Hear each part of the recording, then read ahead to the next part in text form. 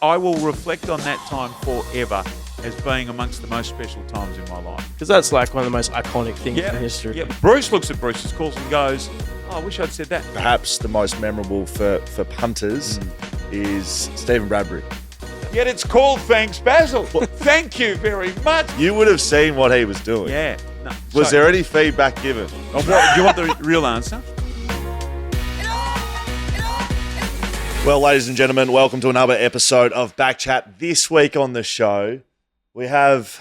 I don't know how to describe this man, so I'm just going to use his name. Basil Zempilas joins us. Hello, Basil. How are you, Basil. mate? Hello, Dan. Hello, Will. It's a pleasure to be here. And as you were saying that, I was thinking, actually, how do I get introduced these days? Well, that's something that you can just go with the name and that'll do it. Yeah, I think usually the name works pretty well. I'm going to give you a clip off the top here, Basil. Right, this fair is enough. a sports podcast, Yeah. and that's why you are here. We know, don't we, Dan? We know all the things. We know Staying the away from politics. politics, yeah. We know that. Okay, we know all that. We are here for sport. Righto. And if I had a buzzer, if I sniff any political stuff Right. coming out, I'm going to buzz you. Yeah. Right. I'm just gonna And say, also, we've just moved here to Perth. Yeah. So I believe we are in your we can current sit you in little Zoe. Believe it or things. not, you're just the wrong Your side church of one's Newcastle right. Street. Well, you've No. gone there. No. I'm just going to say, so we don't Enough. care about all that But you stuff. are We're in going Perth, sport. yeah. We're going sport. We asked us the first question. The same is to every guest we have in here, Basil. Yeah. I'm sure you're a big fan of BackChat, so you'll know what's coming. But just in case you don't, we want to know your greatest sporting achievement, Yeah. right? And this is powered by Fleet Network, BackChat in 2024. Yeah. Your greatest sporting achievement. I'm going to say not in football because I- we're going not to in dive. fo- We're going to dive very into good. WAFL, right? Because usually, if there's a sports person sitting here, Yeah. we say greatest sporting achievement, not in your chosen sport. Yeah. Now, I'm giving you football as your chosen sport, giving you WAFL Yeah, fair enough. Yeah. career. So another sport. Needs to be something else other than footy, Okay. Basil. All right. Well, What have you got for yeah, us? no, I'm happy. I'm happy here. So I went to Hale School here in Perth. Good. And hadn't played much basketball as a primary schooler. Got to Hale, you had to pick a summer sport. Had played cricket as a junior, but for whatever reason, tall, athletic, the coaches said, Yes. come and have a crack at basketball. You'll be all right at this. Yes. Anyway, quickly learned on the run, bit athletic, so I was able to play. Anyway, year 11, I make the first five. So Wow. that's the big team. Hey. I'm pretty happy about that, high-fiving myself and all of that. And at the end of year 11, at the Sport Awards, Yes. I win the most improved player in the first five basketball team. We're not at the end though yet. So I think, okay, that's good development, good progress. Had only picked up the game 4 years ago. I'm in the first five, starting five, all of that. Anyway, fast forward another 12 months. End of year 12. So by this stage, I'm one of the year 12s in the first five basketball team. Right. Should be expected to be going okay. End of year awards. I win the most improved basketballer again. We get home from the special assembly and Dad says, congratulations, son, good effort. How bloody bad were you at the start? He's still improving in year 12. I mean, I don't think anyone ever has gone back-to-back in the most improved category. Back-to-back MVP, back-to-back MIP. That's right. I mean, it's good once. I don't know about twice. But Dan's taken 5 for 12, 5 for 16 in an under 12s cricket grand final. Grand final. Yeah. Yeah, it was on a hat trick. My greatest Wow. sporting achievement. Look, I've discovered a few over the years. Under 9s hurdling, 80-metre champion. Yeah, well I did remember the other day, I won the board race in the state nippers at Lawn one year for Jan Juck. So I was under 10. I was the only kid with a shitty little foamy. All the other kids had a real fiberglass type board. Yeah. Okay. I was the only one who survived this big dumper that came through. I won the race by about 500 metres because every other kid was still on the shore. Right. So I'm a board champion. That's magnificent. No isn't one it? knows what the board is. Basil, moving on. Now, well done. Fleet Network bringing us the podcast this year. Your first car, can you remember that? Yeah, Mum's car. So Mum's Toyota Corolla, 1983 Toyota Corolla. Colour. And I remember What thinking it was this sort of creamy beigey colour. And I remember thinking, Beige. like I thought, I'm going okay here. And then I got to West Perth in 1989. And I was playing, and then I sort of moved up into the league squad by 1990. I'm still driving the 1983 beige Toyota Corolla. And one of the league players, who I'd sort of looked up to as a kid, he said to me one day, what is that you're still driving out there? You know when the big boys bring you back down to earth pretty quickly? You're thinking, I'm going okay here. Up from the Colts in the league squad. And then one of the boys says, that looks disgraceful. Like no adult man should be driving that car. So the 1983 Toyota Corolla, it was Mum's car, and I sort of inherited it. Not a particularly manly car, but hey, got the job done. Okay, well done. right. So what was life growing up like for Basil Zempilas? Yeah. Was it a sporting one or? It was special. Greek family, Greek-Australian family, loved it, always felt loved, always felt included. There was always stuff going on, a lot of family events, a lot of sport, but a lot of family gatherings where uncles, everyone was an uncle, of course, even your cousins who were older, everyone's, sort of had the title of uncle. And there were a lot of opportunities for some of the people in the family at large family gatherings of 50 or 60 to stand in front of the crowd. And, a bit of a, hey, welcome everyone. And I remember as a young kid being enormously impressed by whoever it was that could command the group, sometimes crack a few jokes, and I could see there was a bit of a power or there was a bit of something special in being good enough or confident enough to stand in front of the group and be the guy or the person who spoke. And I think in all seriousness, the sort of fuse to go off in this direction was lit back then. I thought there was a sort of a power or a charm to it that really impressed me.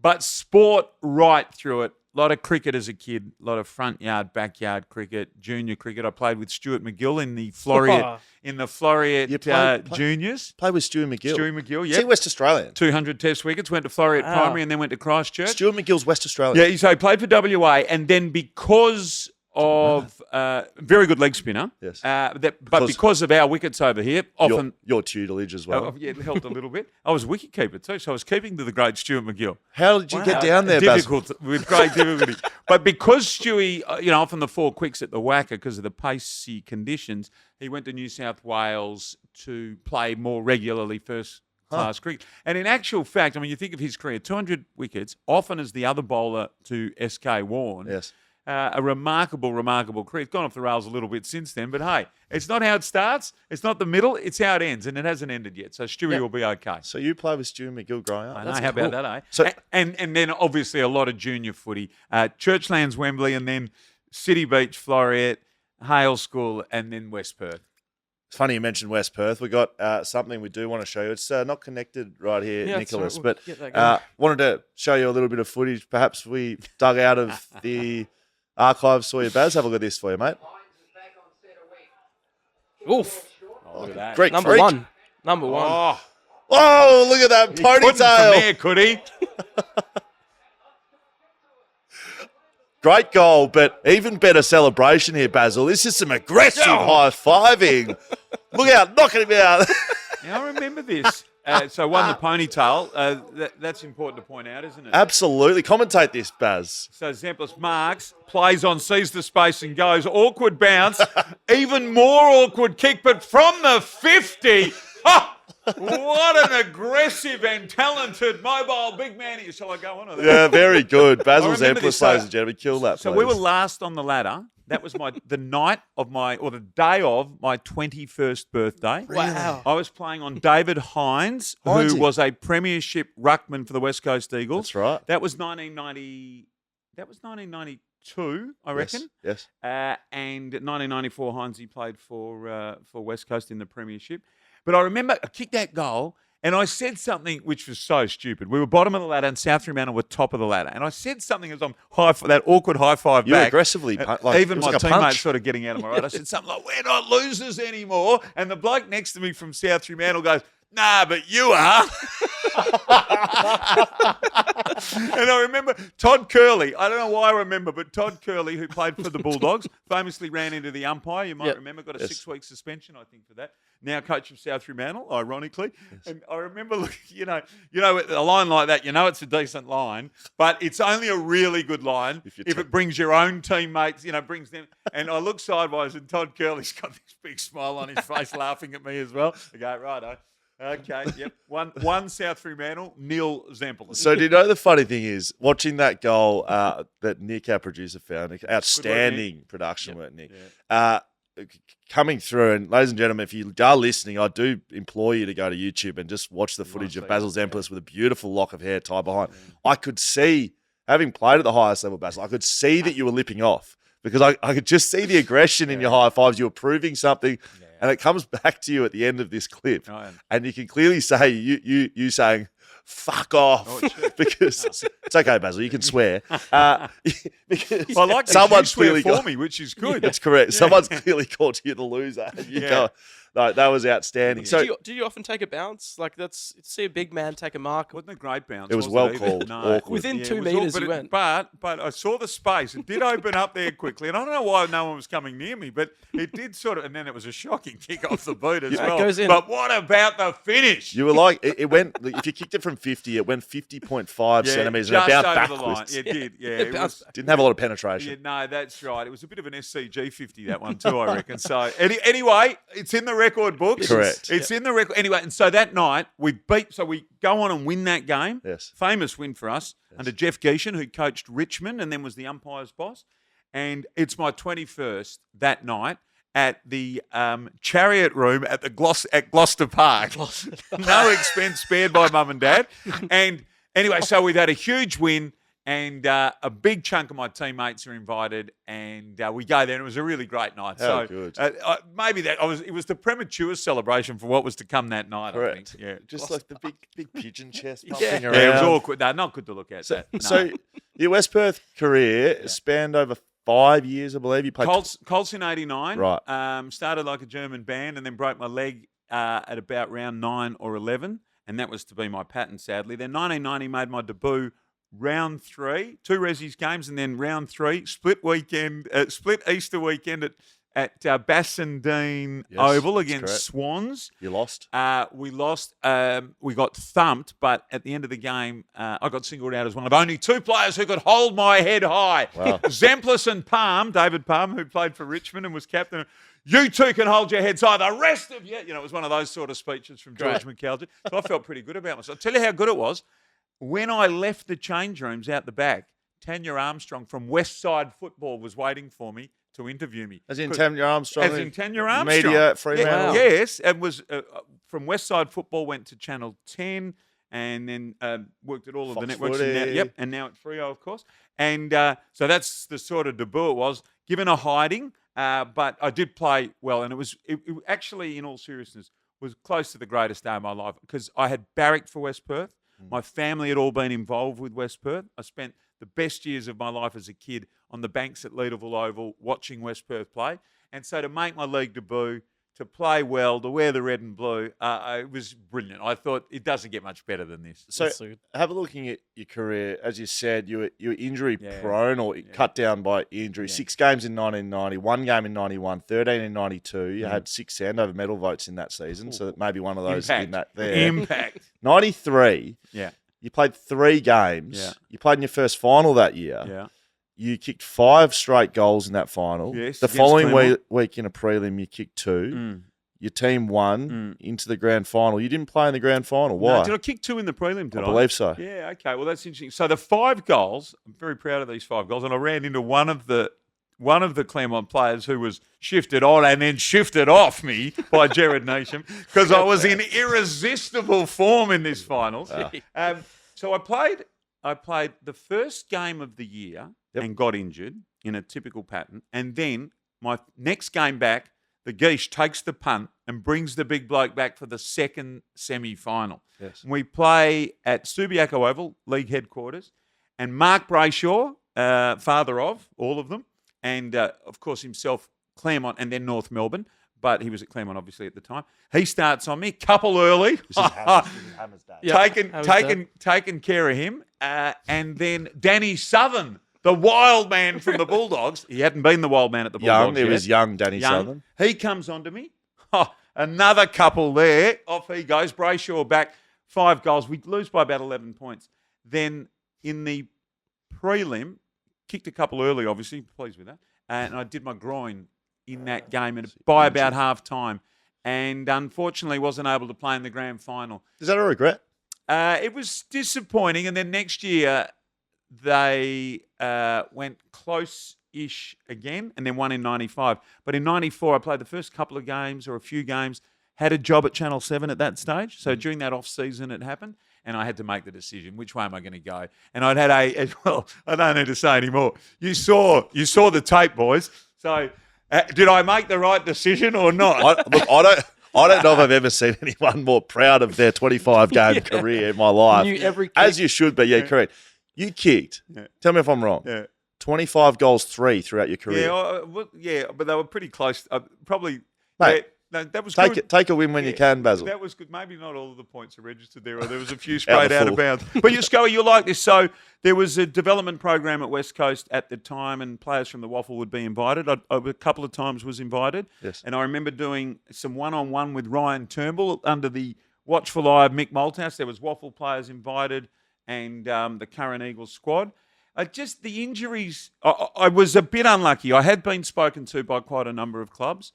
You can see the sort of player that I might have been. I would have clunked a couple in the forward line. I would have rucked a little bit. I would have got injured, and I would have played 20 or 30 games at an AFL club and not gone much further. So I'm glad you haven't said it because I wanted to be the one. So a little mouse told me today on the phone that Mick Malthouse... Not the mouse. Just a mouse. Right. I don't know how many mouse you know, but it's the mouse. That's correct. He's everywhere. He tells me that Mick Malthouse, verbatim, said we were drafting Basil Zempilas before he got a big injury, thanks to Stephen Hooper. I think so. Look, I think I was on a few people's lists. I know that when the Geesh had gone to another club, he'd gone to Geelong, and they had a bit of a look at me. And then Fremantle. So this was odd. I'd started 1994. I was working at Channel 7. I started that season playing in the WAFL, but had to stop by about round 7 or 8. I couldn't combine the two. It was too difficult. And I quit. And then that was the year that Freo were announced during 94 to start in 95. And as I was going down to Fremantle to interview David Hatt, who was the CEO, and Gerard McNeil, Gerard Neesham had been appointed the coach. He'd coached against me in some of those games. And they said, listen, we're putting our initial training squad together. Didn't mean I was on the list, but they were putting about a squad of 50 together to train. Shawnee Mack's spoken about that's this. right. We've had Sean on them. Yeah. And they said, we want you to be one of those players. And I said, but how am I going to do that? And I'm working at Channel 7. And I think by that stage, I'd sort of been around Cometti and the others, and I'd sort of thought, no, this is where I've got to stay. Right. I was flattered by it. I didn't properly understand what it was going to mean. But I did have some opportunities. I would have loved to have played, just played a few games to have done it, and it would have been useful. But I must say, as my career went on, just having played some WAFL footy, I remember Dennis introducing me to Lee Matthews one day at the MCG. I wasn't a commentator then. I was obviously just overdoing some news, and Dan said, come up to the box, and said, Lee, this is Basil Zempilas. He works as a sports reporter for 7 in Perth. And, Lee sort of, g'day, how you going? And then after a pause, Dan says, Basil was a very good footballer. He was vice-captain of West Perth, da-da-da-da-da. And I remember Lee just sort of looking at me in that moment ever so slightly differently because I'd been a part of the footy system. And I remember thinking, how wonderful to have been able to play at a great club, a club that I barracked for, to have 2 good coaches, George McAlgic and Jeff Geeshan, and I'm still very close to both of them, actually. And it's just wonderful to have been a part of. That's an interesting concept, that one, that I don't battle with. Frankly, I don't really care. But the ex-footballer into media or the media fraternity and the experience within the game. Yeah. It's okay, so Basil, you don't play any footy and you come straight out of media school. Yeah. Do you think in the media side of things, in your experience, does that exist? Like, either you got to have played the game to know what you're talking about, or vice versa. Like, he's just an ex-player. No, not really. I don't think, and I don't think so, because there are clearly defined roles in sports coverage in Australia. There is the caller, certainly in AFL. There is the play-by-play guy. That guy may have played footy at whatever level. Or he may not have even played footy. I mean, typically they've always played it at school or somewhere. And there's the experts.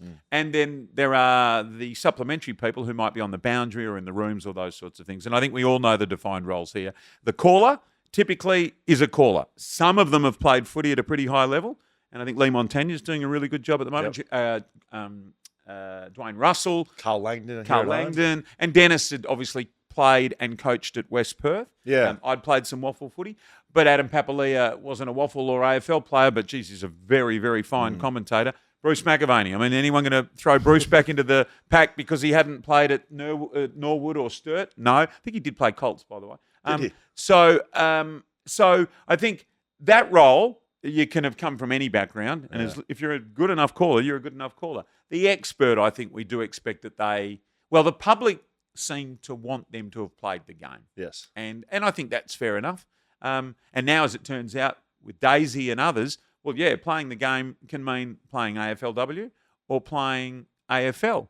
And in a sense, I think what Daisy's probably done is suggest to us that a good analyst is a good analyst.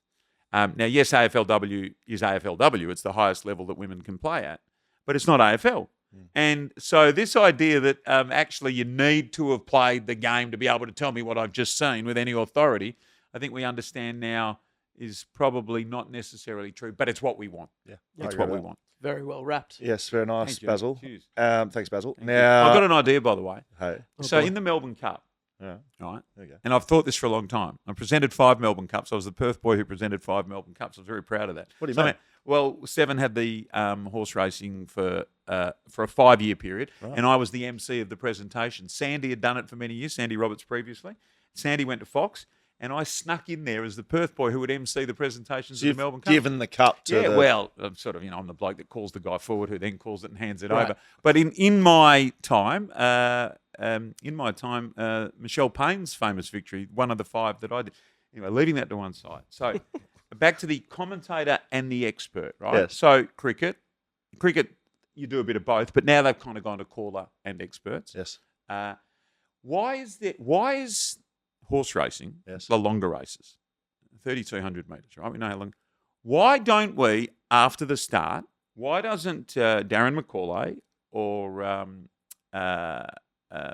the man who does it so brilliantly in I'm Melbourne. not going to be able to help you, And, but other race callers. It'll come to me in just Matt Hill. Yes. Why doesn't Matt call the start? Tap Damien Oliver on the shoulder. Damien gives 5 or 10 seconds of how they've settled, what's happened, who jumped well, who didn't.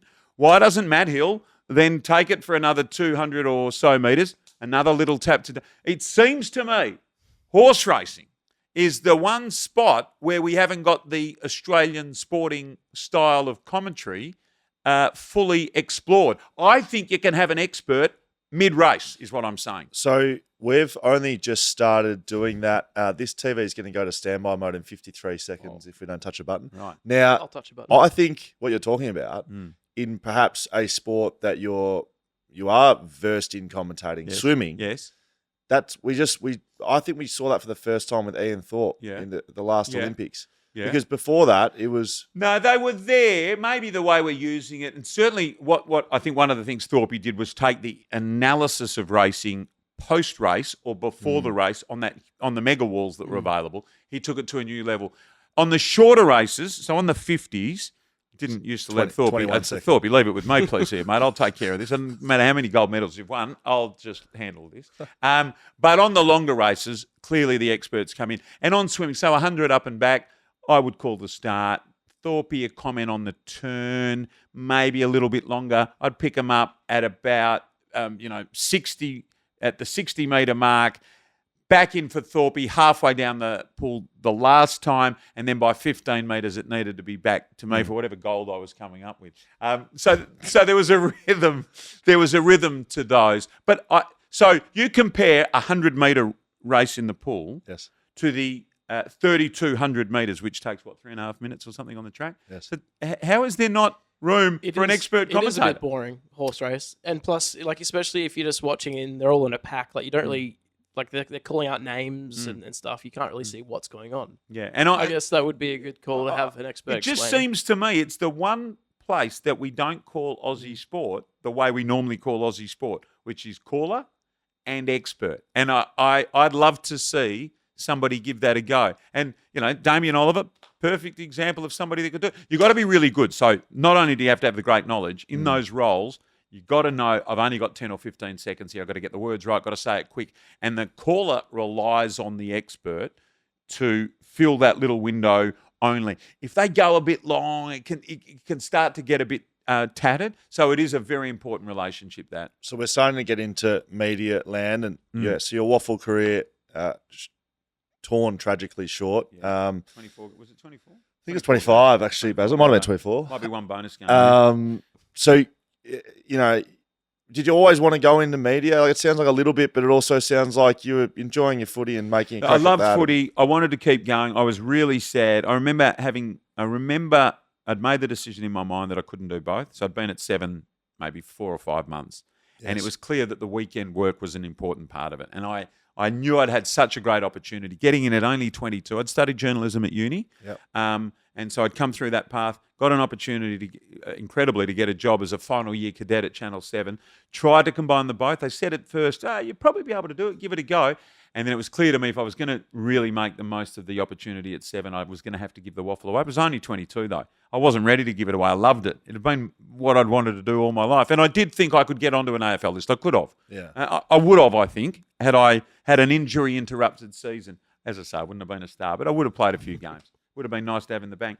But it was clear to me I had to go the other path. And driving to that training session where I was going to have to go and tell Jeff Geeshan, I remember, my eyes had welled up because I knew that I was saying it was the end of that part of your career. And then I often say to people, past players who are coming into the commentary box, I said, I tell you what, this isn't what you've done, but it's about the closest thing you'll get. And you are in the game. It's physical. It's emotional. You get up, you get down, you get some great games, you get some terrible games. You get some good performances, you get some games when you're driving home and you think, jeepers, I better go again. I've got to do extra work.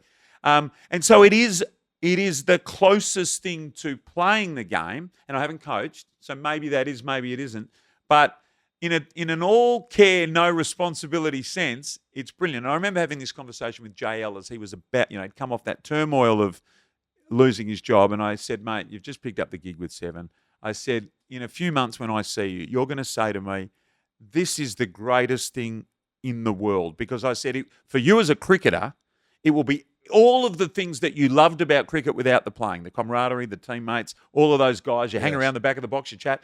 I said, but you can go home at 6:30, go and have a wine, go and have a pizza, go and do whatever. No care about how I was out for a dunk. And sure enough, he said, I can't believe how good it is. Yeah, right. And it is brilliant. It is brilliant being a part of that team and, making the 7 commentary team, if you like. And a boy from Perth, thank goodness Cometti had sort of trod that path and it meant others could. Yes. And so I've been a beneficiary. Skeet, Goss, Adam now, Pav, yourself. All of that sort of, all of us that have had a crack at it, it's been because Dennis showed that a guy from Perth could do it. And I loved it, albeit I loved footy as well playing, and I was sad to give it away. Let's stay on Dennis. I want to show you some footage of something again from the archives, but I think given Dennis's journey, even just you speaking about, we've had Dennis on this show and speaking about his football career and the start of his career, there's some similarities between yourself and him. And I've heard you speak before about him being somewhat of a mentor to you. Can you speak about that and maybe a story about Dennis that we might not know? Yeah. Well, I'll tell you one thing you might not know. So Den was a very talented footballer at West Perth. He played under Polly Farmer. And Den was very close to his dad. He was an only child. And one day, Thursday night training at Leederville Oval, West Perth's former home ground, a police officer turns up on the boundary line. And a club official is with the police officer. And boys being boys, looking over to the boundary line, they see the police officer starting to walk out with his club official. Oh, someone's in trouble. What's happened? Now, this is not widely known. The police officer was coming out to ask if he could speak to Dennis Cometti. And they grabbed Dennis Cometti and pulls him to one side and says, Dennis, I'm sorry, I've got sad news. Your dad's just died. Right. Dennis was out on the track on a Thursday at Leederville Oval playing for West Perth. And Dan said to me that football was never the same for him again. Wow. And look, we all know what it's like playing. I know it's not the Dennis story you were expecting in a sense, but we know what it's like playing and knowing your mum and dad are in the stands or that person is in the stands. And he said to me that footy was never quite the same for me again, but he did say too, he said, Mum was happy that I was doing well and knew because people would mention, your name's Cometti, you're related to Dennis. She knew it was a big thing that I was doing, but she didn't really understand it. He said, my dad would have been so proud of me and the career that I had post-footy playing in commentary. And I mention that because in a way, I think you could. We all could you imagine what that would have felt like, and that profound impact. And Dan had a huge impact on me. He was very supportive. He was a great friend, and in the end, we travelled a lot together. The greatest nights of my life, when I did, for a period there, I started in 2012. Dan retired in 2016, and so for those years, there's about 5 of them. I was travelling to Melbourne and doing, the game 2 or game 3. By the end of that period, I was doing Saturday night footy. But while Den was still calling, I was doing Saturday afternoons. Saturday night, Saturday afternoon, he would call the game at the MCG or Eddie had as it was then for 3AW, and I would call it for 7. We'd ride to the game together, ride back to the game together, and then go for dinner together. They were the greatest days of my life. Just me and the great man in Melbourne, having dinner, talking rubbish, talking about footy, seeing people come up to Den in Melbourne in awe of him over there. And I remember thinking, this is the greatest. I will reflect on that time forever as being amongst the most special times in my life. What made him a great commentator? Well, he did an incredible amount of research and work. And that, you'll never, ever not be able to do that and be good. You've just got to put the work in. But he was also the most naturally brilliant and talented commentator you could get. So what a combination. He put in all the work and he was naturally brilliant, talented, funny, and had a feel for the game. Perfect combination. And the other guy that's like that, and I used to say this to Den, the other guy that's like that, but in 2 totally different ways. He did all the hard work in a totally different way. Den and Bruce, who I'm talking about, their homework and preparation were entirely different. And the natural flair was entirely different. Dennis was that metronome, the tick, tick, tick, the beautiful smooth voice, rise when the big moment. Bruce was 1,000,000 miles an hour all the time. Everything was up, go, fast, stop, go, fast. Totally different commentary style. And then you get those 2 together in the commentary box on Friday nights for a period of 5 years. And for people like us, Hutto, magnificent. Dwayne, magnificent. Paps, magnificent. This crop, brilliant. But we will never, ever get 2 so brilliant and so talented, but with such different styles, together again like that. We were all blessed to have those years. It's a great It's shout. elite. Yeah. What did you sort of learn from Dennis in that preparation stuff? Because I've seen commentators with their books and their fine writing, and it's all. What sort of stuff did you pull from him for your prep? And it's funny. So Den showed me what he used to do. Sometimes you could over prepare, sometimes you could under prepare. I think the thing that's most important, and he's know the players. If you know the players, everything else sort of flows from there. Dan also had his humour and had his, obviously the Cometti-isms as they became known. There's a book here somewhere. We've got him. And funny, because Dan wasn't especially, Dan almost got a bit shy about those. Like, he liked them in the moment because obviously he put some work into them. But he was almost a bit, like, by the end, and I know he said, and this is something that would not be as immediately obvious. So everybody that lauded Dan thought the brilliant lines were brilliant, right? Dan, I think, was almost a bit worried that, have I made this almost a parody? Is that what I'm going to be remembered for? But, of course, us mere mortal football fans, we just loved the whole package, didn't we? That was the cream on the top. He had the beautiful voice, and that was the other part of it. He'd done all the homework. He had the feel for the game. He called the big moments so well, and he had those brilliant lines. But Dan was a little bit worried. I'll tell you something else about the 2. So, on and off for 25 years, Dan and Bruce stayed at the Grand Hyatt in Melbourne, Collins Street, from Friday to Sunday, almost every weekend for 30 weeks of the year. Do you know, in 30 years of staying at the same hotel, almost every weekend, I said to Dan early doors when I was starting to travel with him, so Bruce would be there, and Lee. So that was the 7-team hotel. So all the guys that were travelling would stay there.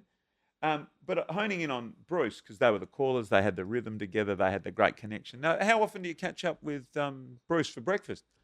This is about the 26-year mark at this stage when I asked the question. He said, yeah, we had breakfast once. Yeah, we had breakfast once. Okay. How often do you catch up for dinner? Annie was over, Bruce's wife, and V was here once, and we had dinner once. I said, oh, well, you meet in the lounge. No, not really. And that was part of the strength of their relationship. And I would watch them because I was often riding with Den. Would go to Friday night games because I was calling the next day. Might just go with him. And so they operated entirely separately to one another. They did speak during the week from time to time, yes. but they weren't talking to each other every week. Oh, that was great call, then good stuff. Oh, that was brilliant. I loved it when you said that. Oh, you too, Bruce. When you call, there was none of that with Best them. friends. They would come together on match day and be incredibly brilliant and natural together. And here's the other thing. So they both stayed at the Grand Hyatt. It's a 7.5 minute drive. Maybe in traffic it's 15 minutes on a Friday night. They would have their own drivers. They would go at separate times, they would arrive separately, and they would leave separately. And maybe that was the great secret or strength of their relationship. They loved and respected one another, but they weren't in each other's pockets. And I tell you, speaking of great days of my life, late last year, Bruce messaged me, said, I'm coming to town. Can you organise Den? Funny, I was almost. Can you organise Den? Let's go for lunch. Did a text Dennis? Yeah. Well, no, he did, but can you organise Den? Knowing that probably I'd make it happen. And yes, and we had lunch at a restaurant in the city, and for 2 or 3 hours, again. So this is the two great men back together. Some reminiscing. I was lucky to have been on the journey with them at the tennis and the footy. And so I'm a bit part of it, but not one of them, if you know what I mean. I am, but I'm not, and would never pretend to be. And I remember posting a photo on Instagram or Twitter that night. It was the three of us, and I think it was sitting at the table. Let's go, you'd know this. Anyone in our profiles knows it. Feedback comes thick and fast on social media. We love the good and the bad. Correct. And in the spaces that I've entered into, there's a lot of it that's on the negative side. No problem for me. I can handle it all. But I reckon of my posts over the last 5 years, that photo with some little line that I wrote, what a catch up this was today. The most hits I've had in a year, and every single comment was to the effect of the great men back together. Wow, what I would have given to be sitting at that table just listening to those two talk. And we are blessed to have had those two together for as long as we did in the one commentary box. Did they just talk about, what do they talk about? They take us to the not table. Talking. They're just eating. No. So they would talk about footy. They talked about the old times. They talked about some of the bosses, Great. some of the fun, some of the moments. And they didn't, though. They don't go, oh, Bruce, what about that time that reminiscing? No. So they don't go down that path. Bit of Olympics talk. They both did Olympics. Den was calling the swimming. Yes. Bruce, obviously, track and field. So they had comparable notes. They had very different views on the Olympics. So Bruce absolutely loved the Olympics. Loved it. Den's view, and I hope I'm not speaking out of turn here, Den, quietly amongst the footy crew would say, the Olympics, that's for the guys that couldn't make the footy team. And Dennis Cometti impersonation. And he did sort of mean that. The guys that did track and field at high school were the guys that couldn't make it into centre half forward. I know that's not really what he thought, but that was his view on the Olympics. He enjoyed it. He knew it was a huge honour, particularly calling the swimming. Perkins, unbelievable. Susie O'Neill, Thorpe, smashing them like guitars. All of those were Den's. Yes. And I was very lucky to sort of end up in the swimming for 2 Olympic Games. But Bruce revered it. For Den, it was hard work because it's not my normal thing, and I've got to get up and I've got to get it right, and I don't want to stuff it up. We skipped over this, Basil. I want to show you a piece of vision. Again, from the archives, talking about coming from footy into media. Look, I'm a Victorian boy, so I wasn't here to witness this greatness, but I wanted to show you something and just maybe have a little look at this from the archives. Good opener. What have we got here? This is quite good graphics, isn't it, from back in the day? You do need to watch. Yeah, it's so good. This is Basil's footy show. Glass smash. Wow. Here he comes. Slim Jim and the Fat. Slim Jim. This is what was the one on Fox that was doing the best on ground? Best on ground. You've got the fans here. There's not a Fremantle fan inside. We're ahead of our time. What? I want to see when Basil comes to the stage here. Wow. Walk out. That top button done up, looking very nice. Bit of wax through the hair there, Baz. Bit awkward this. So This is Basil Zempilas on the Basil's Footy Show. So Sundays we used to do a local footy show. That would have been circa 99 or 2000, I reckon. I think somewhere there, yes. So we would have the local panel, a little bit. So the Nines Footy Show was big. It was a bit of a rip-off of Nines Footy Show, to be perfectly honest. And I was just using it as a vehicle to pump myself up and take my career as far as I could. But at least you're honest. Maney, Barra, Carl Langdon, Scotty Waters, Peter Wilson, Craig Turley were on there. So they were the regular panelists. Did you not want to have any Fremantle players on, Baz? Well, Scott Waters. Scotty was, yeah. So there weren't as many to sort of choose from. Shawnee Mack was a regular as well. And so it would wrap around the local games, often would run between 5 and 6 o'clock. So the local game on a Sunday afternoon would finish at 5. And then we'd be in that hour after the footy and before the news. And we would have big ratings in Perth back in those days. But it was brilliant. It was great fun. A little mouse told me that it was probably the highest ranking show in Perth on a Sunday. Well, look, we did it. No, we did Sunday at 11 on 7. We did have a big. We did have a big audience, and in those days there was no Fox, and so it was all free to air audience. And the Eagles and the Dockers were absolutely massive. It was not off into uncharted territory where everything's on TV. All the sports were, so a huge concentration on footy. And no, it did have great numbers. And look, all of those things. I mean. To get the opportunity to do that sort of stuff, it was how lucky can you be? Yeah. How lucky. And I loved that it was good fun. And people still mention Basil's Footy Show to me. And like that little kid that we just saw in the opener, sometimes I get people say, "Oh, I won the meat tray," or "I won the meat tray. I won the footy on Basil's Footy Show." Well, because like Lou's handball iconic, and correct. I was thinking, so it was. We had Pick the Nose. I was going to say, Pick the Nose. Your nose? Or? Yeah. So again, it was all ripped off Channel 9's Footy Show. We did our own versions, and so we had this wheel where you had to spin the wheel. And then it would draw someone out of the audience or something stupid like that. And then we had a giant nose that had nostril hairs. And what you would do, so the person from the audience would come out and pull the nostril hair out, and then depending on what number was on the nostril hair, they would win that corresponding prize. Sounds like some sort of sick version of Price is Right. It was that sort of. We were ahead of our time, and to be honest, I really did think I was heading into the Tonight Show hosting business. That's where I was trying to get to, and so I tailored a Sunday afternoon footy show. I mean, who else has got a band on a Sunday afternoon doing an opener like that? It's quite good. No, thank you. And they have it named after you as well. I was going to say, who was involved with? Was it just you who was naming that show? Or was there someone else? I feel like there's not a lot of creativity going on. No, well, what had been the benefit? So Neil Brooks, who was an Olympic swimmer who'd presented Sport on 7 in Perth and then went to Sydney to present over there. He had a version of this show, and it's called Brooksy's Footy Show.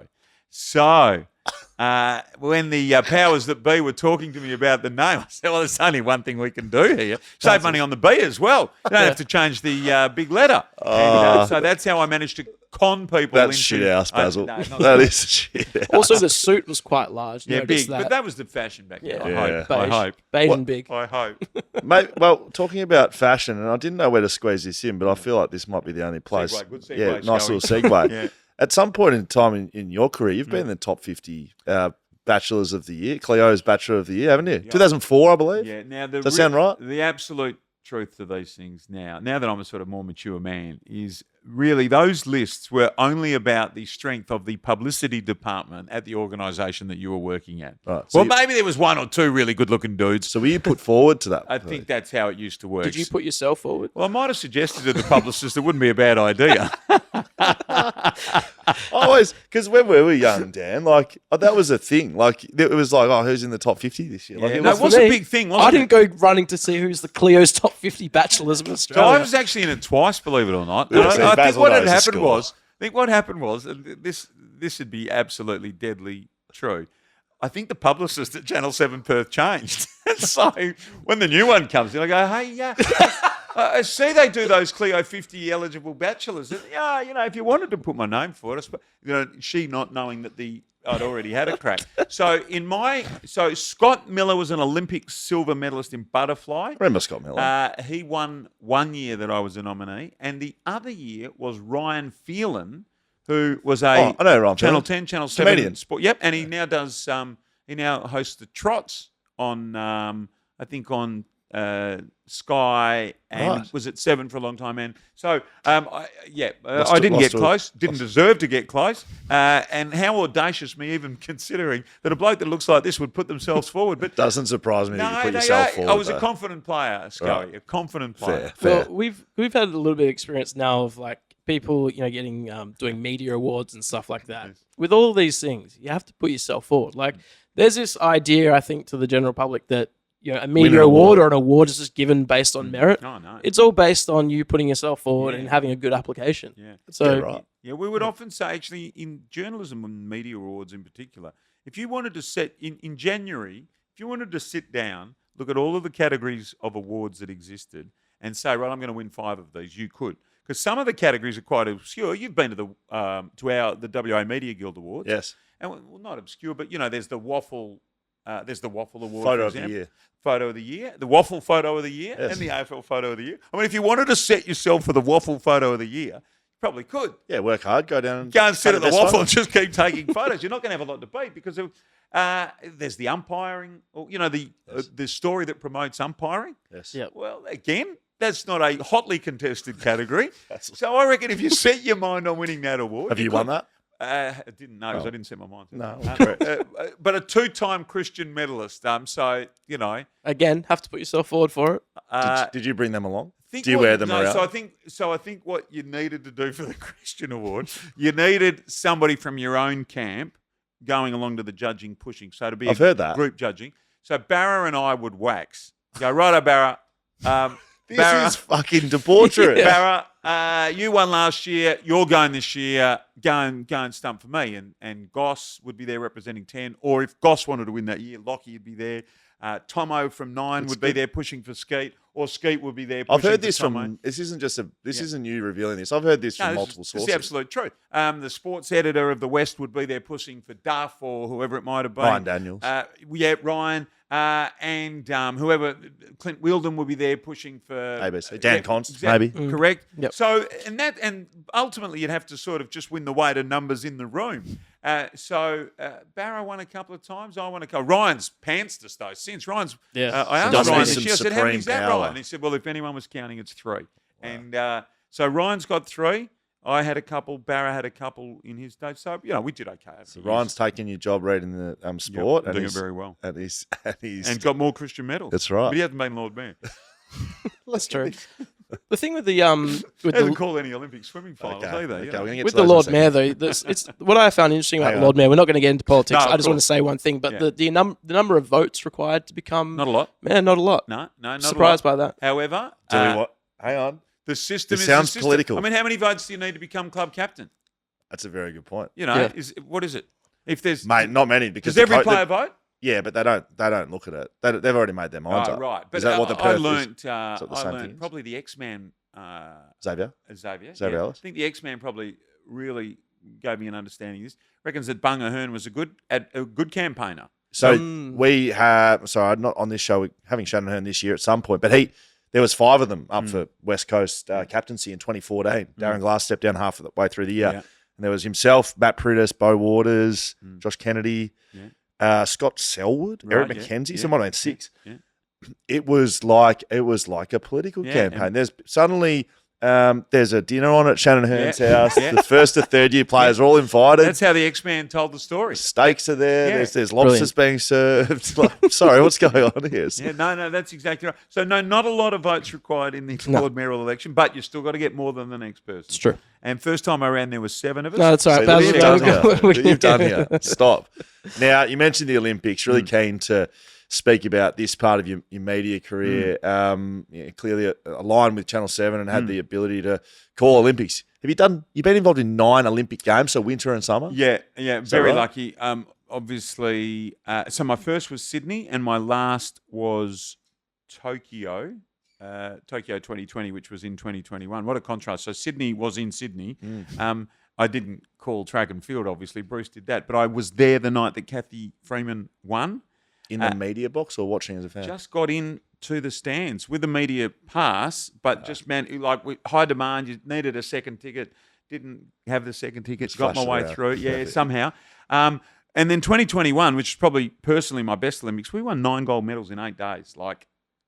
Den had 4 or 5 over. Oh no, Den because he had Sydney where they won a lot, but 9 in one day, in one game's incredible. But that was in a donga, if you like, in a car park in Melbourne in the middle of COVID, sitting next to Thorpe and Liesl Jones.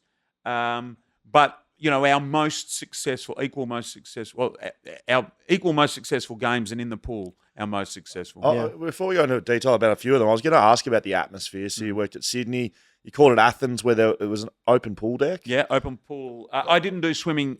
Bruce. So interestingly, Bruce did both in Athens. Now that I understood it, once I'd done swimming, the most Herculean performance in Australian broadcasting history. So did swimming to do swimming for the first 6-7 days, crossover days with track and field, where I think he might have done a couple of sessions of both, and then do track and field. Unbelievable. I've heard he puts himself into some sort of personal bunker and just doesn't speak for months leading into Olympics. Yeah, and trains hard and researches his backside off, and then turns up and you think he just knows this stuff and he's incredibly natural. I mean, he's a freak. So what was the atmospherically the best Olympics? Like, what was it? Sydney because it was Rio. home? So Rio, that was an open pool in Rio. That was amazing. Sydney was an incredible atmosphere. Athens, for me, as a Greek Australian, to be back home in that country and in that environment was very special. Winter Olympics are incredible. They're smaller, so they're a bit more camaraderie. At the Summer Olympics, you don't see anyone else other than your own little team because you're so busy, so flat out, so many people. You just got no time for anything other than your own bubble. At the Winter Olympics, there's a bit more downtime. You see a few more of your teammates, and that's great fun. They're all quite exotic. Salt Lake in the US, Torino in Italy, one off the tube, Pyeongchang, and one other somewhere else. Russia? That was Sochi? No, we didn't have Sochi, but I did do a World Swimming Championships in Russia, and then the last Olympics, Tokyo, calling that in the not at the pool because of COVID. That was different, but once the races are on, it's actually no different. And in fact, it might even be in swimming a tiny bit easier. Wow. There's not much that you don't see on the monitors that you would see at the pool. It's a closed. Yeah, and they don't change lanes. So, and they got hats on. Or swimming caps. They're pretty handy. Good point. So you should be okay. There's a famous call from a Canadian, anyone who's done this job, Scar, you've done it a bit. So you get no pleasure out of this. None. In fact, it makes you feel sick. But at the Rio Olympics, he called lane 4, the guy beating Michael Phelps. Couldn't believe it, something like that. Might have even thought it was a Canadian. He was a Canadian broadcaster. He calls the race. It's a huge upset, or whatever the circumstances were. The race ends, and then someone taps him on the shoulder and says, "Mate, you've got lane 4 and 5 around It was the felt wrong way." 2-1 or something like that. Something like that. And to be honest, That makes me feel so sick. when that chatter goes around the pool deck, right? You don't, as a broadcaster, you don't want to look at it. You take no joy from it. You feel sick for the guy because you know you can be a moment away from a mistake like that, and a bit of luck, a bit of whatever. But remember thinking, "Oh, poor bloke," poor bloke. I think he's in jail in Canada at the moment. Wow.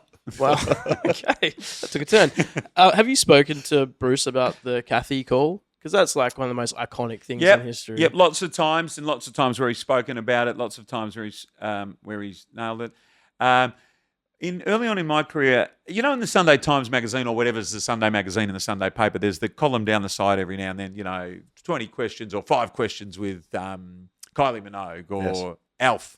Or aging myself, Bruce McAvaney, or someone that's on a soapy. And one of the questions was, Bruce, have you ever had a call that you're not happy with? Yes. And Bruce's answer, which was really good for a young commentator at the time, was every call. Every call I've walked away from, be it footy or whatever, I've walked away and thought, should have said that. Could have said this. Why didn't I say that in that moment? Now, we look at Bruce's calls and go, they're all unbelievable. Bruce looks at Bruce's calls and goes, I wish I'd said that. And that was really good for a young commentator to read, because when you're starting to, you often think, jeepers, I buggered that up, or I should have said this, or why didn't I say that, or why wasn't I bigger in that moment, or whatever. So when Bruce said that, that was good. Bruce said about that call, yes, he felt the pressure. Yes, he knew it was a huge moment. Yes, he knew everyone in Australia was watching. He'd done the work, so he felt comfortable with that. He knew his craft, so he felt comfortable with that. And he said, I just tried to switch off and enjoy it like everyone else was enjoying it. Now, he's calling it, but that was his approach to big sporting events.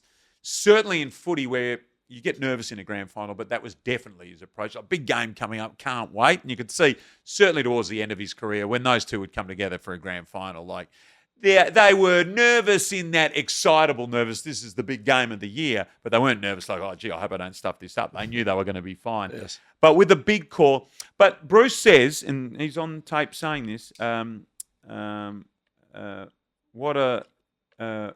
to be the other way around, right? Yes, correct. He says, I said it the wrong way around. Yeah. What a legend, what a champion. Yeah. He wanted to say, what a champion, When what a legend. Yeah, yeah. And interestingly, Mackay Diva and a champion becomes a legend.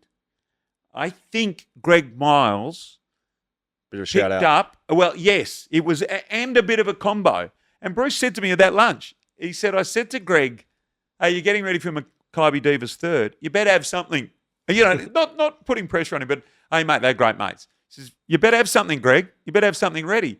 And somehow, some way, the champion becomes a legend, and Bruce went with Caddy. Of course, it didn't ruin the call at all. Yes. But Bruce had wished he'd said him the other way around. But That's good. I like that. Let's cool. have a look at that. Now, talk us through in the Olympics. Yeah. Like you said, I think you've called 17 Australian gold medals. Perhaps the most memorable for punters is Steven Bradbury. yeah, incredible. Can you talk us through that? Yeah, well, the long version of me talking, we could do multiple podcast episodes of that. And on the speaking circuit, I've really made that one work. So I know you're going to tighten this up, so you're not giving it all very away. tight. But basically, so Steve makes the final. He had a lot of luck. So Did you call the Yeah, final before? yeah, and actually, Semi-finals. the long play of this story is I get a phone call one day in November from Andy Kay, the head of sport, and I could see there's a lot of sevens in the number, and it's got an 02, and I thought I better answer this call in the days when you're allowed to answer the phone in your car. And it's Andy Kay, the head of Olympics. He goes, Basil, how are you going? What do you know about short track speed skating? Now, of course, I'm a bloke from Perth. It's 48,000 degrees every day here. I've been to Mirrabooka Ice Rink once for a year 5 birthday party. Mirrabooka Ice Rink. I don't know anything about short track speed skating, but of course there's only one answer to give the head of sport when he rings and asks a question like that. Andy, full bottle, what do you need? And he rang to say that we're heading for 2002 Salt Lake City in February. Bruce, our number one commentator, has had a look at, worked out, he'd done short track at the last ones, thought, not going to do short track. It's a bit less, not prime time, not great chances, those sorts of things. He's going to do the downhill. No Aussies in the downhill, but it's the prestigious event. He was going to do that and hosting duties and that. So we need someone to call the short track. And it really was like, we need someone to call the short track. Not like, hey, this is the opportunity of a lifetime. We picked it for you to do it. Correct. And then anyway, so spend 2 months learning it. We get there, first heat, and Stephen actually skates pretty well. Skate of his life, gets through into the second round, quarterfinals, then has a lot of luck in the quarters, has a lot of luck in the semis, and gets to the final. And it was a 5-person final. And for as long as I live, and this takes 3 hours to tell properly when I tell the whole thing, but for as long as I live, 5 skaters in this final: Arn of Korea, Lee of China, Turcotte of Canada, Ono of the United States, Bradbury of Australia. Gun goes off. The 4 of them, crack skaters, right out the front. Bradbury, 15 metres behind them in his familiar position. Skates around. I'd just about given up the call. Got an American co-commentator that we've picked up from a pool of generic co-commentators for the countries that aren't any good in these sports. Last turn, and he's sort of commentating, and all of a sudden, domino one by one. Hang on a second, sport. I'll take over here. This could be a big moment. You've tapped him. And they've all gone down, and Bradbury from the tail of the field has come through to win gold. And I can remember that now, and the look on Bradbury's face on the monitor as he goes over the line when the camera front on takes him. He's looking sideways like, have I won? Have I actually won? And I remember thinking, those seconds when they all went down, it was like it was slow motion. And I remember thinking, get in, say something. This bloke's going to win here. Doesn't matter what you say, just say it. And I'm thankful that I said has crossed the line to win gold. We actually had no idea. Because in this sport, they go back to the judges and they review the time. It took half an hour. And finally, they go, Steven Bradbury of Australia's won gold. But I remember Steve put himself in the race. And I talk about this, the lesson for me. He put himself in the race. He hadn't been the best skier. He wasn't the best skater. He had a lot of injuries. But he decided he wanted to be at one more Olympics just to be there to give himself a chance. Gave himself that chance, had a bit of luck in the quarters and the semis and obviously in the final. But sometimes in life, it's not about what's going to happen at the finish line. The lesson for me out of Bradbury, and doing a Bradbury's got a different definition to the one I like about it. Doing a Bradbury for me is putting yourself in the race. Get yourself into the contest. You never know. And that's sort of been my motto in my career. Just get in there and have a crack, and you never know where it might go. And as I think about where I'm heading now, without saying the word, who knows? Who knows where it goes? And when people go, aren't you scared? Aren't you worried? You might not get there. It might be a dud. People might criticise you. Yeah, or they might not. And it might go okay. And how do I know that? Because I've seen Bradbury win the unwinnable race, and I saw him win it by just giving himself a crack. Very good. That was good. Felt like you're getting a bit like speech written political there, but You're going to buzz in. It was very good. It was close. When I get invited to the, would you give after dinner, would you give us, so, how long do you need? Or how long can you speak? I'll say, how long do you need? That can go for 5 minutes or 500 hours. With the Bradbury call, I heard him speak recently and he said he made your career from that. He did say that. And we often, so the true story, people always say at the end, called his race, blah, blah, blah, magic moment. Did you ever get to speak to Steven after that? And a few days later, he came to the studios of 7 in Salt Lake to go on Roy and HG's show, which was huge one of at the time. all-time. Yep. Yeah, great all show. time. And I got to meet, and they said, would you like to meet Basil? He called your race, blah, blah, blah. I said, yeah, happy to meet him. And people say, how did that go?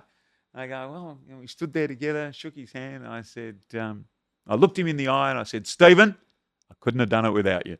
That's very good. Apparently, you walked back into the Channel 7 studios. Bruce said, welcome to the club, and Sandy shook your hand and said, you lucky bastard. So that is a dead set true story. And when I talk about, some people think, how wanky is this? But there was a thing to be a gold medal caller for 7 for an Australian gold medal winning performance. And Sandy, one of the iconic callers, poor old Sandy had done figure skating since 1980. Now, beautiful sport. Huge viewership. Australians. All the women love watching it, which means and it's prime time. No Australians in it. So the closest Sandy had got to anything, a podium, was one Australian came 10th once. That was like climbing Mount Everest. And then Buggerlugs from Perth, who picks up short track speed skating as a consolation prize. And then not only does he get the sport in that manner, but then for the bloke to win it, has to go through all of those things to win it. And Bruce says, welcome to the club. And Sandy grabs my hand and says, you lucky bastard. and I reflect on that. And that's why I talk about, so my last one, 2001, I think of Sandy. I got 9 gold medals to call for Australia in 8 days. Like, how lucky was I? So is Sandy still at 0? Sandy's at 0. Oh, boy. Yeah, because Sandy didn't do those sports. Bruce did. We need to fly Sandy into Paris. Just tap him in. When there's an Australian almost across the line, maybe in a cycling event where they can't be beaten, just bring Sandy in as the designated caller. Now, Basil, you've been in media a long time. You're going to like this little segue movement. Thanks, Basil. I just want to give you a bit of insight into the BackChat Studios team. We're a bunch of unique individuals. We certainly are. Schofield, Const, Westall, Alice, right? We're going to engage with our minds and our hearts. Yeah. We're going to exchange ideas, thoughts, and even our energy. You know how the rest of this goes. I do, This is the infamous now Brett Kirk. Man. Saturday afternoon football. So that was my first game. It was Hamish's first game. It was Brett Kirk's first game. It was Mick Malthouse's first game. So the AFL rights had sent from 2 games to 4 games for Channel 7, and a Saturday afternoon team was put together. Hamish and I were the callers. Mick Malthouse, fresh out of coaching, and then soon to go back in, and Tom Harley from Friday nights. Tom came down to join us on the Saturday nights, but for 2 of us, our first crack at it. And Kirky was the boundary rider for the Saturday afternoon team. And so amazing. So he pre-recorded that. Right. And what happens in openers, as you would know, Yeah, see, often it gets joined together. Right. And so you don't actually know what's happened. Yes. So I did a piece with Mick up in the stands. Yep. And then say, good on you. Mick's giving us his thoughts. What's your tip, Mick? I think it was Port Adelaide and Essendon. Port will win by 2 points. Good on you, Mick. Look forward to the call with you. Let's go down to Brett Kirk in the Essendon room. Thanks, Basil. Thanks, Basil. So what the questions I have, right? Because this is I've been a boundary rider and I know how these work. There's a production meeting beforehand. Yeah. See, I almost guarantee that you, Harley, McLaughlin, right, all of us, unique individuals, right? You would have seen what he was doing. Yeah. No, was there any feedback given? This can't have been the first time he said that. So here's the thing. This is my understanding of it. So and the other odd thing about this, it didn't really take on a life of its own at the time. Right. Like I think there was a little bit of cringe factor for people to say, but it didn't really come into its own as the force that it was later to become, and I'll explain that in just a moment. Right. Until maybe a year or even 2 years later. Right. And it was then at that point that it got sort of more analysis. How the bloody hell did that come about? So what I understand is when Kirky was brought into the team, he was encouraged, and Kirky was a different thinker. Yeah. And he was at Freo for a while. He was an assistant. A unique individual. Yep, all of that. And he was. He had 5 kids. He called them his tribe. Yes. They're into healthy eating. They're all pescatarians or this or that. Which is great. Of course. But so he was encouraged to be himself. And so when he had to think about what he was going to say, given this was the first game for that new Saturday afternoon team, that's what he came up with. Now, I hadn't heard it. You hadn't heard it? I hadn't heard it. I had no idea. Who'd heard it? Someone had heard it, mate. I don't know if anybody There's someone had heard it. sitting here today that had heard it and said, that's good, mate. One of the producers might have heard it, yeah. It's unreal. But you know what happens. They're doing so many different things. They go, oh, yeah, that sounds right. Yeah, that's good, Kirky. They probably haven't even listened to it. So then a few years later, on everybody's favourite devices, and Twitter really kicked off then, and then Insta, and they're all going mad. So into my feed from about year 3 onwards, without fail, no word of a lie, without fail, 50 times a week, 50 times a week, some footy following wag, almost always male, often Victorian footy supporter, by this stage, starting to build up a love-hate relationship with the bloke from Perth who's coming over. I will get cut and paid, and still to this day, we're not talking politics, but on some of my posts that relate to politics, I will get cut and pastes of Kirky's entire speech. Now, this is dead set true. Until the 10-year anniversary, because I knew there was a cringe factor to it, and like I talked about the Canadian bloke who got it, as broadcasters, you don't really want to watch things that don't fill you with confidence. Yeah.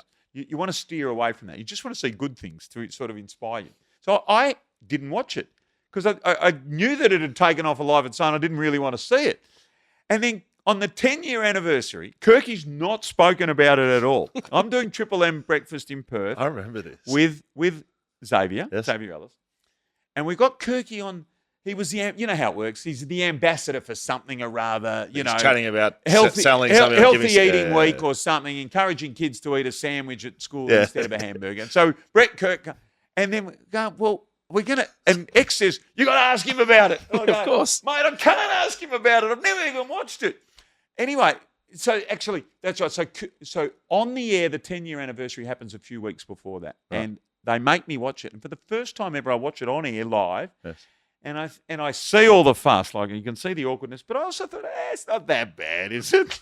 It was 10 years on, so it didn't feel as bad. I was eternally grateful that it started with thanks, Basil, because it's become known as. So if somebody that's like us says, thanks, Basil, you know exactly what we're talking about. Yep. Now, it's a free ride for me. How good's that? I'm not involved. I haven't stuffed it up. I'm not the perpetrator of the evil crime, yet it's called thanks, Basil. Thank you very much. Like there's a currency with the footy following faithful. What did you hit Kirky up about it? So then, we're tiptoeing around Kirky, blah, blah, blah. And I go, Kirky, you do that last question with people that you don't really want to ask, but you know there's an obligation to ask it. You won't have done the right thing by the show, your audience, all of those people if you don't ask it, but you know you don't want to ask it. Probably about to do that. Yep. That sort of thing. So, hey, Kirky, and it's always, hey, Kirky, just before you go. You know, you always give it the just before you go. Just before you off, mate. Real quick. Real quick. No, you got to go, Kirky. But just before you go, I see it was the 10-year anniversary of the famous Thanks Basil. And I'd had a bit of a prickly relationship with Kirky because just after he got the job at Fremantle, he was still on the Saturday team. And I threw down to Kirky, and Kirky tells the story of not being... Oh, no, he wasn't allowed in the Sydney rooms. He's a Sydney legend. Right. We're doing a Sydney-Geelong game at Geelong, and the producer says, you won't believe it, they won't let Kirky into the Sydney rooms to do the interview. We go, how come? They said, you signed with Freo that week, you're not allowed in. And fair enough. I mean, we get it both ways. In one way, you go, don't be so silly, let him in. But in the other way, you go, okay, fair enough, he's now a docker, or that's where he's heading. And for no reason other than I thought it was an interesting storyline, and it shows the, how serious footy is. And I say, Kirky there, he throws back. I'm up in the box, and interesting. Sydney obviously take their footy seriously. Brett Kirk, legend of the club, but not allowed into the rooms in the week that he signed with Fremantle. It was just a line like that to explain what had happened. Anyway, Kirky didn't like it. And he came up at the end of the game. We've talked about this since. And he's given me a spray. And he said, mate, how dare you put me in a position like that? You're trying to make something. I said, no, Kirky, really, I wasn't. All I was trying to do was just say, that's the professionalism of football these days. Clubs take this stuff seriously. And that was legitimately what I was trying to do. I also understood why Kirky didn't want it to be made out that he'd had a bit of a war with his old club. He then comes to Fremantle. We meet a couple of times. I always think, geez, in the back of his mind, he's still thinking about that. But then we got on famously after that. Anyway, so I get to the question, just before you go, Kirky, and I'm thinking this could go either way here, And Kirky chuckles and laughs, and he says, boys, I hadn't watched it either, but he's got two sons, or he's got a son that plays footy, and he says, my son... a few years ago, he goes, hey, Dad, what's this Thanks Basil thing that everyone's talking about? And so with that, Kirky had gained a new street cred amongst the young. Well, his son was sort of probably thinking, geez, Dad, that didn't look too good, but everyone's running around with that. Anyway, he talked about it. He had a bit of a laugh about it. X and I are high-fiving ourselves. We finally got the exclusive. Brett Kirk breaks his silence on Thanks Basil. You know how especially the FM media, you can see the post that goes up with it. And he had a bit of a laugh about it, and he said, not a day goes by and someone somewhere will walk past me and go, so you reckon it's bad? I love it because how do you reckon Kirky feels? Wow. When it doesn't matter where he is in Australia, somebody walks past him and goes, thanks, Basil. Dave would have been in your ear going, make him say thanks, Basil. Make him say thanks, Basil. I think we did a bit of that. I've definitely replied to your tweets with thanks, Basil. Thank you. No, and so if I look in here now, there'll be one. I won't have to go more than a day or two back in direct comments where someone has just cut and pasted a Thanks Basil speech. Sometimes they change it a little bit to reflect the story of the day. Yeah. Other times they just go with Thanks Basil the whole speech. We might not be Channel 7, but we do have a decent little audience here, Baz. So just for the record, I'm going to get a new run here, aren't I? Yeah. And you know what I will do? You like it or not? Now I do. Now that I'm away from footy as well, I go, how good's this? Right. I only see the positive though. Some sort of relevance. It's yeah, good. Even if it's people trying to really give me, trying to poke fun at me, which, as I say, I was the free ride in all of this. But I do like it. Yeah, I do like it. That's great. Well, thanks, get him coming in. Thanks, Basil. Thank you very much. Baz, you're a terrific talker, and we appreciate your time. Too much. Yes, no, you haven't talked too much. It's been terrific. That's what a podcast is for. We've come towards the back end of what we've got to ask you, Baz. Did you have fun? Yes. It's been incredible. Thanks, Basil. Incredible. Now, social media, not social media, social. So talk about Basil's footy show. Yes. Right? Yeah. Well, instead of social, social. Clever play on words. This is where... I didn't understand it when I looked at it. This is where the people get... Or the post on Instagram. No, I did. I knew you hadn't made a spelling mistake. I knew it was social a play media, on words, but I didn't read it properly. This is from back in the day when we used to do BackChat. Sorry. This is like from the Basil, and we had it. We've Clever. carried this through. Yeah, clever. People get to ask you questions. Not that clever, but clever. Yeah. So there was at least 10 full quotes of the Thanks Basil thing in here. Yeah. So we're going to leave them out. Yeah, okay. Let's move into some of these. Look, this is the other radio technique, of course, where you don't want to ask the question. So you put the question through smart. Talk the back. viewer. Yeah. Now you're dealing with a seasoned professional here. smart. I mean, every difficult way to ask a question, I've found a way to ask it. Don't worry. I like being very transparent on this show, well, and you just weren't to really, let to let you know, but to let you know, like 99% of these are always from people, but every now and then You'll make one up. we think, Yeah. what do we want to ask Baz, but not ask Baz? Yeah. But you know, with me, open book. You Correct. could have asked Exactly anything right. anyway, and we're going to get there. Correct. Well, I don't know if we are. Okay. To be honest, Well, I've had It'd be fun. interesting to say, like, which one do you think we're going to ask about and just see what he... Let's start with Kurt Wherever Mitchell. it goes. Let's start with Okay. Kurt Mitchell. Okay, Bet why you is didn't there, think it was going to start. why here, is Baz? there always a light in the fridge but not in the freezer? Yeah, where did I see that? Someone was that on? That was on Oh, your. Scotia. Oh, so I read that one. Good. Yeah, that was a bad, stupid question. Oh, what, do you want the real answer? Oh, Yeah, do you know it? Why is there a light in the fridge, not in yeah. the freezer? Yeah, Any thoughts on that? that's a very good. Have you guys got the? Where is the freezer now in your setup? By the way, have you got At sort of- home? yeah, but there's the fridges that have got the. Well, here fridge we're on the and then- budget. No, We're but the just- freezer at the top. I've got freezer one at the freezer side, and one freezer at the fridge. bottom. I got a side. I got a split. Yeah, we've got new fridge. We've got like the double doors. They're both fridge, and then double doors down below, and they're both freezer. It's a bit bougie, isn't Right. it? And I'm thinking now with the new one, is there a light? There's not it. It's a very good question. Yeah. Okay. Uh, Jaden's got one. let's go. Maybe at night. Is this the answer? Maybe at night you're not typically going for the frozen product. True. Could that be it? Like you're not getting out a frozen chook at 11:30 at night, are you? Let's go with PRCOKS_. Baz, I invited you to my 7th birthday party, and unfortunately you couldn't make it, but you sent me a signed photo and a Channel 7 hat with a letter. Nice. I've actually got them somewhere still, so I'll put out the invite again. Do you want to come to my 34th birthday Wow. this year and have a bev? That's commitment, isn't it? So you get them young and they stay with you.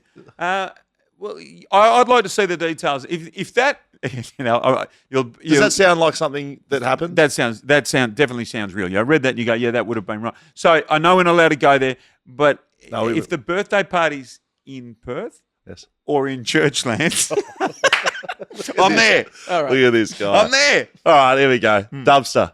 Your entry into state politics started slightly rocky. Hmm. How do you combat the brutal world of politics and the media? Well, fortunately, you know how at the very start you said, how do we introduce this bloke? Let's just say it's Basil Zempilas. Yep. That really is the answer. So whatever's happened, whatever's going to get flung, whatever's been said, it's been said, and I've been handling it for about 30 years. So I do feel very well equipped for the journey ahead. It is going to be brutal, I know that, but I'm ready, and I'm better versed than most to be able to handle it. Do you think the timing? This is from Will Schofield. At Will Schofield. Do you think like just reflecting on 2 weeks ago when you're announcing state politics and we have the blow up with the Reserves game. whatever that was? Yeah. You know the true story, don't you? Or you know, I've heard it. yes. So I'm not from you. I haven't. Yeah, so I'm speaking with Michael Genovese, and we're waiting for it to get going. And I said, Geno, are you reading the news tonight? And he says, yes, I am. And I said, oh, his wife, Jerry DeMassey's at 7, and she's been filling in. I said, oh, is Jerry reading at 7? He goes, yes. And I said, oh, it's a derby. You're going to go head to head. And then I say, but the tennis is on tonight. And he goes, yeah. And I go, well, then it's a reserves game then. In other words, the news up against the tennis final, because I've been there in that situation many times. If you're up against live sport, people don't watch the news. So it's relegated to a reserves game. But incredibly, and this is a bit unlucky, but a good lesson, I suppose, the live feed that went out on one of the sort of smaller backyard news organisations, he didn't do this on purpose. I'm certain of this. But the moment he pushes go on his feed, which is going out on Facebook Live, happens to come in halfway through that conversation, which did, I accept, made it sound like I was saying that the women's tennis was the reserves. But we had clearly been talking about the news. And to Jenna's credit, when asked by 1,000 journalists from around the country later that day, what was he talking about? He backed up and confirmed. He said, no, we were talking about the news. So it was unfortunate, but actually I didn't feel like, or yes, I felt like I better explain what's happened here. But I thought I'm going to be okay here because I hadn't done the wrong thing or hadn't said the wrong thing. It's good. Anything from you, Dad? You No. pick one, mate. Let's keep going. I want to. Jenny DMCB. Yeah, do you miss the good old days at the Red Sea in Subi? The Red Sea, is it still there? Is there a club No, there it's now? got Under the Sea But now. did you- Oh, no, Is exactly. it what still under the sea? There's Under the Sea, but then there was Gold Bar. And, Was it Yeah. Buddha Bar? There was at one Buddha point? No, Buddha Bar No. was down on the corner, wasn't it? Yeah, correct. Yeah. Right. Oh, they were good. Oh, they were good times. So when I was a younger man and single man, that was one of the places we'd go out. The Subi Hotel, the Llama Bar. Were you here for Yeah, Llama absolutely. Bar days? Thursday night. I met my wife there. Oh, there you go. And what was the one a little bit further up? The other, it was the Red Halfway Sea, or up or on- was the Yeah, what was the other one just up the road a little bit I can't remember. up Hay Street? Yeah, it was halfway up High Street. But so that was that was where we used to get around. Very good. Llama Used to Bar was the see- I first. saw a young Scully in there once, I reckon. Yeah, probably. That First sounds place I about ever right. snuck into underage. Really? Llama Bar, yeah. Really? Yeah. Shout Thursday- out, shout out Thursday Lambo. night jazz. You're a youthful looking man, Dan. I reckon you could sneak in underage still. Yeah, thank you. Appreciate it. Mitchell Withers. I'm not a voter in Churchlands. My mum's a massive fan. Can you say hello, Rhonda? Hello, Rhonda. Great. What's going on? Saxon Sounders. What's your favourite herb? Basil. Great. Thanks, Basil. Indoor_12. What AFL game stands out as the best you've commentated? Got one. So call a couple come to mind. Tom Hawkins after the siren to beat Hawthorn Yeah. when Hawthorn hadn't been able to beat him in about the 12 previous. We call him with Bruce was away doing Right. the Olympics in 2012. We didn't have the Olympics. He went and called for the world feed. And Hamish got one game the first Friday night, and I got the second game. Hamish got a 100-point blowout next to Den, and I get one of the games of the century. And there'd been a point kicked. I do the kick in, the ball's marked, and instinctively I knew, give it straight back to Dan. You know, like you still I called like 1 second of that passage of play, but I just knew it was my turn to call. I called, mark, straight back to Dan, and I did, and then calls that at the end. So that comes to mind. In similar circumstance, the tragic death of the former assistant coach of West Coast, who'd been at Port Adelaide Phil Walsh. and been at Adelaide. The unbelievable circumstances, no football for 1 week, and then the next game back, incredibly, was Port Adelaide versus Adelaide on a Sunday afternoon in Adelaide. was it? And by chance, I'm drawn in the roster to call that game with Bruce McAvaney in Adelaide and Lee Matthews, the great man, who's the expert, and me. And there's a goal kicked. It's back to less than a goal. Adelaide are down. It was Phil Walsh's team. Ball's bounced in the middle, goes about 5 metres. My call because Bruce called the other goal. Ball goes 5 metres, another ball up, and just instinctively, and these are the things you sort of really have to know, straight back to Bruce. You know, I had another 30 or 40 seconds if I wanted it. Straight back to Bruce. They kick a goal. They win.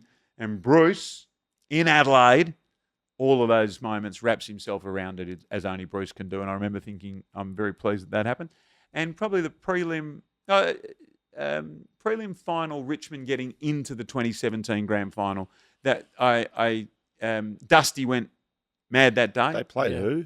They played GWS maybe, and they're into the grand final, and they win the first of their 3. Yes. And I was on the Saturday night team by that stage after Den had retired, and then I went off to do Weekend Sunrise and came off the footy in a regular sense and called that game. And that was the biggest game I called in terms of the pecking order of games because it was a prelim final. Did you always want to call a grand final?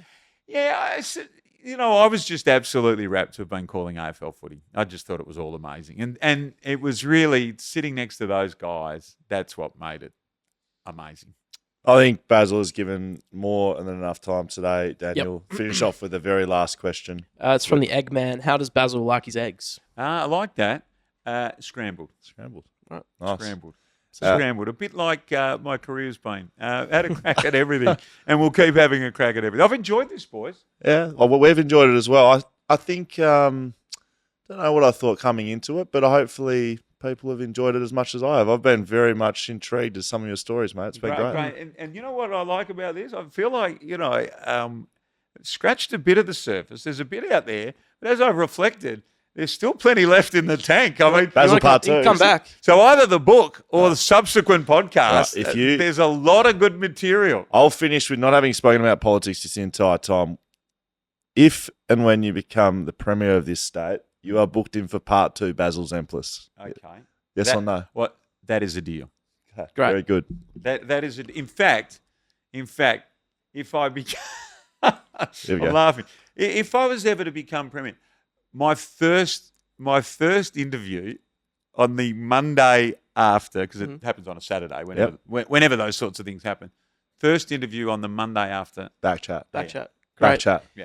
While we're locking in Fucking things, make that's sure great. that's That's there. all on film. I'll see you there. While we're locking in things, and I'm just hedging our bets here. If for some reason you become the Prime Minister of Yeah. Australia, Right. could we get that same deal locked in? Appointment. Yes, and the Governor General, and Yes. if I become the King of England, Great. the Pope, or any of So we those have the things, first. all locked in. We have the first. Yeah, Great. Yeah. Thank Okay. you very much. Thank you. You're welcome. That's- Aren't you going to end with?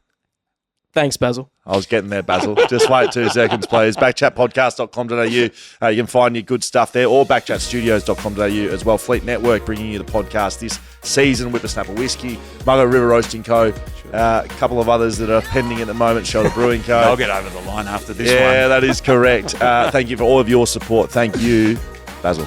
Thanks, guys. Great fun. Well done. Keep up the good work.